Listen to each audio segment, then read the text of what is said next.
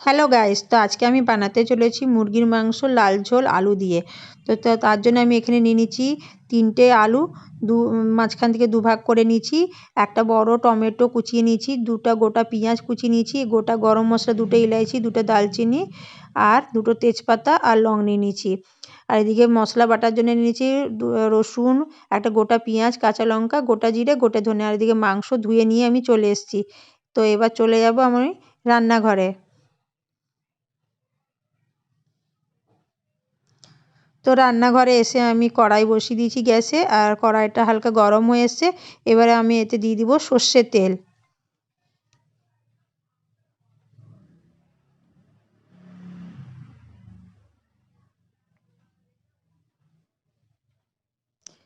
তো তেলটা একটু ভালোভাবে গরম হয়ে গেলে আমি এখানে দিয়ে দিব কেটে রাখা আলু।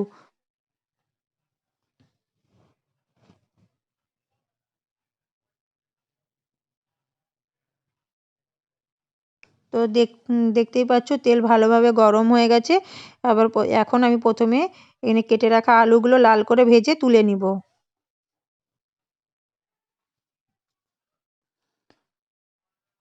তো একটু হলুদ দিয়ে দিব এতে। হলুদ দিয়ে দিলে রঙটা বেশ ভালো আসে।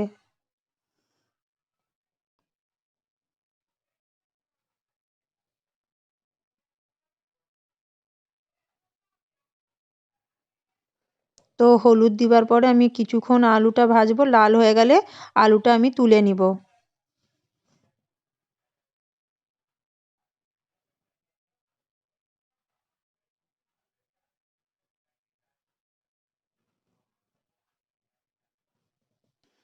তো দেখতেই পাচ্ছ আলুগুলো একদম লাল করে ভাজা হয়ে গেছে। এবার আলুগুলো আমি তুলে নিব। তো এই যে আমি আলুগুলো তুলে নিয়েছি। আর এই তেলের কড়াইতে আমি প্রথমে দিয়ে দিব গোটা গরম মশলা, একটু হামলদিস্তায় থেতো করে নিয়েছিলাম, এই যে।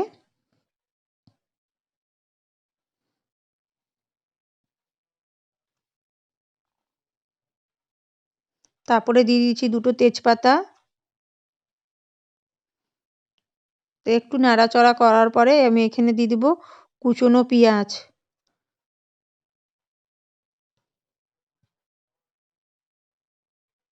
তো এখানে আমি 2টো পেঁয়াজ কুচিয়ে রেখেছিলাম, ওইগুলো সব দিয়ে দিচ্ছি। তো পেঁয়াজগুলি এখন কিছুক্ষণ ভেজে নিব। একটু পেঁয়াজগুলো লাল হয়ে গেলে তারপরে আমি এতে দিয়ে দিব ধুয়ে রাখা মাংস।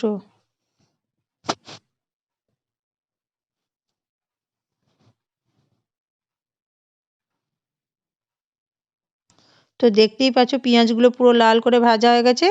আর এখন আমি এতে দিয়ে দিচ্ছি ধুয়ে রাখা মাংস।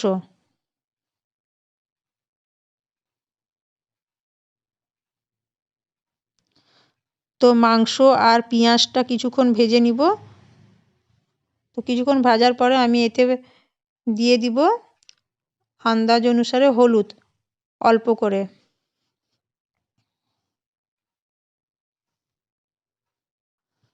হলুদ দিয়ে কিছুক্ষণ আরও নাড়াচাড়া করার পরে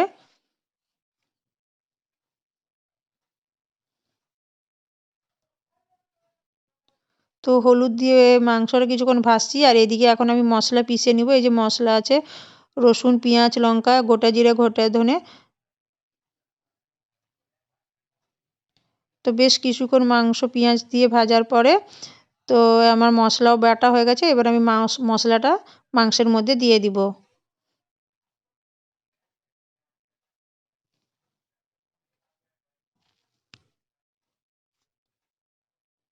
মশলা দিয়ে কিছুক্ষণ নাড়াচাড়া করার পরে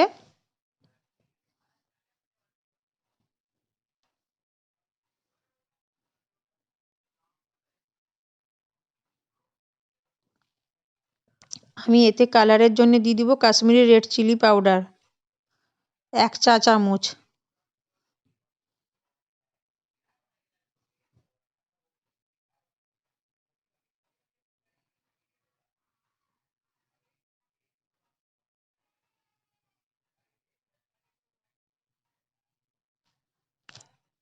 কাশ্মীরি রেড চিলি পাউডার দিয়েও আর কিছুক্ষণ নেড়ে নিব।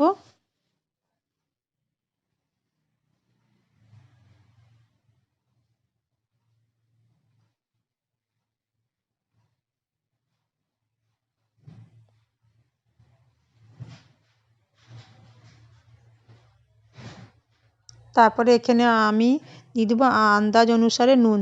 নুনটা যে যার আন্দাজ অনুসারে দিবে।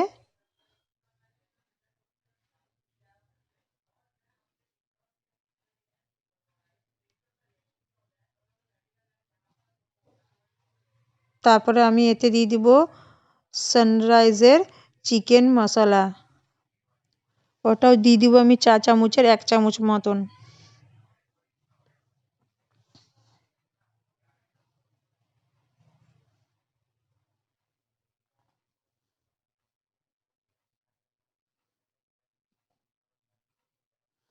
তো সব মশলা দেওয়ার পরে কিছুক্ষণ মাংসটা ভালোভাবে কষিয়ে নিব।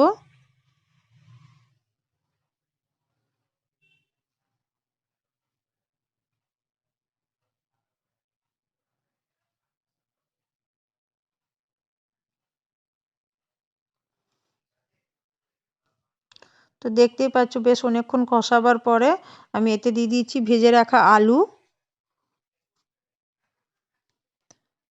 আলু আর মাংস আরও কিছুক্ষণ আমি কষিয়ে নিব।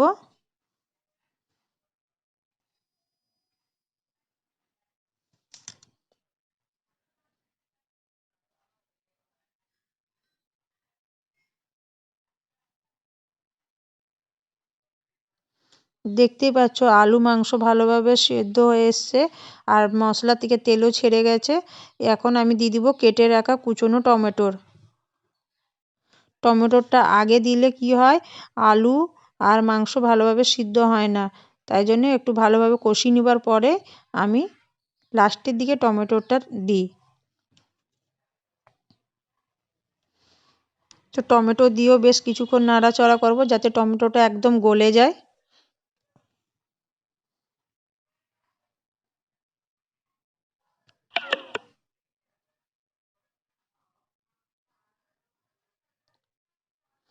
তো দেখতেই পাচ্ছ টমেটোর একদম গলে গেছে।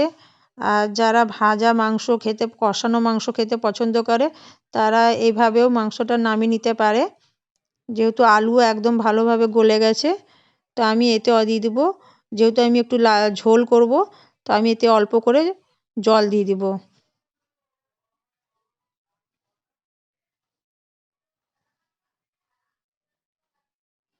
এখানে একদম অল্প করে জল দিয়েছি আর দিয়ে ঝোলটা একটু মাখা মাখা হলে নামিয়ে নেব। তো তোমাদেরকে আমি দেখালাম কিভাবে আমি বাড়িতে মুরগির মাংসের লাল ঝোল আলু দিয়ে তৈরি করি। যদি ভিডিওটা ভালো লেগে থাকে লাইক কমেন্ট শেয়ার করতে ভুলবে না। যারা আমার চ্যানেলে নতুন তারা সাবস্ক্রাইব নিশ্চয়ই করবে।